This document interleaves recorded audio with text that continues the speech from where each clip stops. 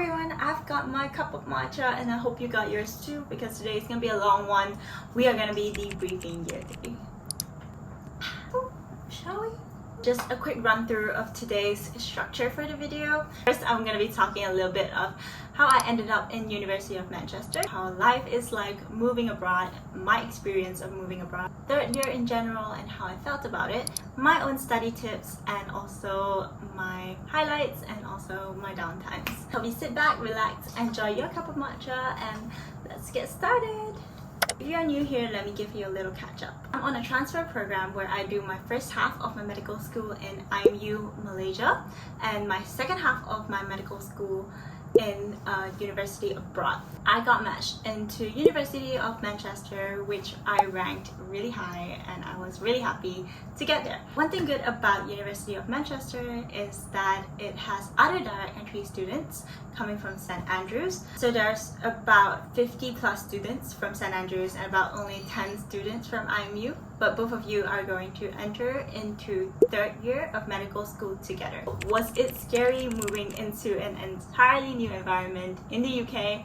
Yes. And was it scary moving into an entirely new academic environment? Absolutely yes, in all caps. It's okay, I survived my third year. That's why I'm here to share my story. So a little bit about moving abroad. I actually picked Manchester because I know there was a large Asian community there and that did not disappoint at all. I was so surprised to see that there were so many Asian supermarkets, there were so many Asian restaurants around. There's also like the large bubble tea chains like Haiti. First of all, I can get all my groceries. Second of all, I can eat a lot of food that I usually eat, and third is I never felt alienated there because not only is there a very large Asian community, it's also very diverse and there's a lot of other ethnicities and cultures there and you just don't feel out of place, which is great for me. In terms of finding friends, I didn't feel too alone because I transferred over to Manchester with 9 other IMU students. So basically I already knew a few people there. So the way University of Manchester works is that in clinical school, it separates students into 4 different base campuses. So you will get either one of the 4. I got very lucky and I got the city center hospital, which is Manchester Royal Infirmary. So I've had a lot of clinical sessions there and there's about 2 other IMU students there with me. I met one of my best friends there called Amana. Amana, if you're watching this, I love you. She also transferred from IMU and we so happened to be in the same group. So we went to the wards together, we commuted together, we went to gym together, we cooked together and basically she basically got me through year 3, okay? So yes, I'm very lucky to have you, Amana, and how lucky we are to be in the same group again for 4th year. So I'm really excited and really looking forward to that. So I met more friends through joining societies. Even back in Malaysia, I play a lot of badminton, I play golf. So I couldn't let go of those things, you know. So I went to Manchester, I did the same things. I joined the Maddox Badminton Society, which I met a lot of great people and we played badminton and I managed to make more friends. I also joined the Golf Society, which I met even more friends. I won the course with them, I go to the range with them. These societies is a great way to meet new people, especially people who share the same kind of interests and hobbies as you. Just go and be you. Do the things that you do, join the things that interest you, and you will definitely find someone that just clicks with you. Highly recommend. Highly recommend. Moving abroad means living alone. Wow, I'm so privileged to say this, but it's actually the first time I have to cook, I have to clean, I have to do everything for myself. First of all, I didn't know it would take up such a large chunk of my time. Second of all, it just feels like there's just so much responsibility now. But also you just kind of get used to it and I think I enjoy it now. It's like I have full control over my time and I have full control over my life. And just quick tips if you are going to move abroad and all of this is new to you. Time management is a plus, okay? I'm super type A, so I like to plan my days. I like to plan everything. Planning out your days really helps smoothen things out and make you more efficient. I know exactly when I'm gonna go to the grocery store, I know what I'm gonna cook, I know what I'm gonna buy, and I know when I'm gonna do my laundry and when am I gonna iron my clothes, etc, etc. Planning ahead does save you a lot of mental energy and also prevents procrastination. Adulting, leveled up. Let's talk about third year, okay? So in Manchester, you have 5 blocks in total. First, you start off with an induction block, which runs for 4 weeks. It's more chill and just getting you used to clinical medicine. Following that, you have 4 5-weeks block. After those 4 blocks, you will have a 10-week research project, which you would be doing alone. And after that 10 weeks of research project, you have a 3-week student selected clinical placement, SSCP. And then you're off for summer break, yay! In between those, you have 2 progress tests, which is a theory-based test. You have one OSCE that you have to do around April, May time. Honestly, I still remember feeling so lost and so clueless on my first day on my first block in cardiology. I had no idea what to do. But you know what? It only gets better from there, okay? You will learn and you'll grow. You'll learn how to talk to patients. You know how to ask for what you want. You know how to ask for help. And honestly, it's not as scary as you think. Since you are here, I will give you some of my top tips for clinicals. It worked for me, so I hope it will work for you too. My top tip is to don't talk to patients mindlessly.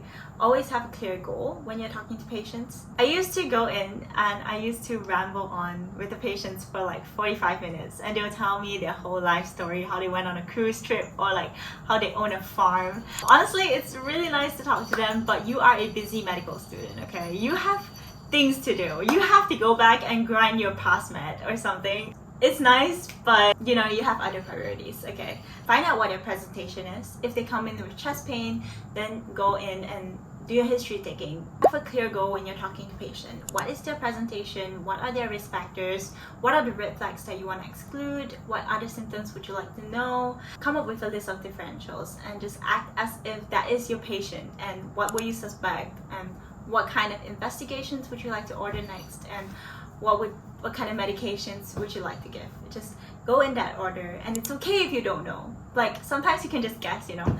Like even if you come up with one investigation and one management, that's a win. You're a third year medical student, okay? Like just go slow, go easy on yourself, and you'll learn eventually, and it'll just come in a snap with you. You know what? I'm not there yet, but we'll get there. 4th year, okay, fingers crossed. Second tip is to ask. I know it's scary, but just ask. Ask for what you want. Ask the patient whether you can do an examination on them. Ask the doctor if there's any patients that you can talk to. Whatever it is that you want, just ask. Woohoo! Most of the time, patients are more than willing to let you do what you want to do. Patients are more than willing to talk to you, to let you do an examination. Literally, the worst thing that could happen is a no. And there's 10 other patients out there, so you'll definitely get one. The next tip I have is to practice your presentation skills, because right now you actually have to present your cases. Watch how the junior doctors do it, watch how the consultants do it, just watch how other people do it and find out what it is that you like about it or what you don't like about it. Just keep trying, keep practicing and refining those skills. There's no right or wrong. You find your style and you just flow with it. Find what's comfortable for you and find out what works for you. The next tip is to have time management. You'll see all kinds of medical students, okay? I have friends that come in for an hour and leave. And I have friends that stay for like 6 hours in the wards because they just benefit so much from it. I'm just hearing different stories and I felt so lost, okay? To find out what works for you. And there is no right or wrong, because either way, if you are putting in time and effort into your education, you will gain from it, okay? If you benefit more from self-studying and doing past questions, then allocate more time for that. But if you benefit more from applying your knowledge in the wards and learning on the wards, then just stay. Even if there's no one else, just do what you would do. Do what will benefit you. For me, I think I learned a lot in clinics and also in teachings, but I also spent a fair amount of time self-studying and just doing past questions. So the best thing is to just find your balance and do both if you can. One thing that was really tough for me was the teaching style in Manchester. Back in IMU, I used to have lectures and I used to have presentation slides about topics that would come out. So I knew what would be coming out in the exams and I could just study based on that. But here, it's really more open. We only have 2 teaching sessions every week. One clinical debrief session where you kind of just discuss the cases that you see every week with your group and one facilitator. And another session is a TCD, a team case discussion, where you kind of do the preparation work beforehand online, and then you go into the session where there's about 20 or 30 people, and you kind of just discuss the case and work through it together. So for example, if the theme this week is chest pain, online you may find like 3 cases, one about like MI, another maybe about acute pericarditis, and one maybe like infective endocarditis, and you kind of learn about it, like taking the history and what kind of investigations you would do, the management. It's just all cases and you go through it. And then after that you come into the session where there will be another case and you discuss it with everybody else and you just work through it together. So yeah, it's a lot more open and less like focused. In clinicals in general, it's a lot more investigation and management heavy. Instead of learning about pathophysiology, you kind of focus more on what are the next steps. So in a way, it makes you think more. Imagine if there's a patient that's coming in, what kind of questions are you going to ask? What kind of investigations are you going to order? Why are you ordering these investigations? What kind of medications would you give? What kind of advice would you give? And how would you explain it to the patient? So it's a lot more practical, and it's a lot more real because you're going to be doing that in a few years anyway. So yeah, just put yourself in those shoes and, you know, just try your best. It's okay even if you're wrong, because you're a med student, no responsibilities yet. So some studying tips is I still use Anki a lot. I used Anki a lot back in preclinicals, and I still integrate it into my learning right now. For those TCD sessions, when I'm doing my prep work, I would make flashcards based on those. I would also use PassMed or QuestMed. You'll hear a lot of people talking about it, but basically it's just past questions. You're going to be sitting for a final exam at the end of year 4 or year 5, depending on your medical school. It's generalized across the whole of UK. Basically, PassMed and QuestMed have questions that are similar styles to it, and these questions you also see in your progress test. So it's really great for you to keep doing these questions. So whenever I get a question wrong, if I feel like I need to learn more about that subject, I would make more flashcards based on that. And I'll just keep grinding my flashcards, okay? I'm that Anki girl, okay? Judge me if you want. Let's talk about the OSCEs. So I think the OSCEs here are a level above what I did in preclinicals. There's a lot more types of stations compared to what I did previously. Data interpretation, there's also explaining diagnosis, there's prescribing skills, and there's also history taking and examination. In Manchester, they do 16 stations. Across 2 days, there's 8 stations each. Preparation for your OSCEs, I highly recommend checking out Geeky Medics or other OSCE websites like OSCE Stop and practice these stations with your friends. They are really, really helpful, and you know what? Practice makes perfect. Practice makes progress. Overall, year 3 was really enjoyable. It was really fun. It's busy, but it's not as busy as you think it is. Definitely still have time to do the things that you enjoy. Just make the most out of your time in uni when you still have zero responsibility and when you still have the time to go and travel with your friends. I managed to go to Morocco with Amana, which was truly an experience. I also managed to travel around UK. I managed to go to London. I managed to go to Scotland, to Dublin. It's also an advantage to be from IMU because you know people and they are there, so you can kind of stay with them when you visit the city. Thank you so much, guys. Love you. So just talking a little bit about my placements. For my 5 weeks bulk, I got colorectal surgery, I had acute medicine, I had emergency medicine, and I also had endocrine. All of them are very different. Colorectal surgery was fun. I had to wake up very early to go to the OT on theater days because they start at 8 o'clock. So yeah, I had to be there around like 7:50. I really enjoy emergency medicine. I realized there's different sides to emergency medicine, and the people there and the doctors there are really passionate about it and they're really willing to teach. I also had a really fun time at my last placement. We had a oncology placement that is based on lymphoma and colorectal.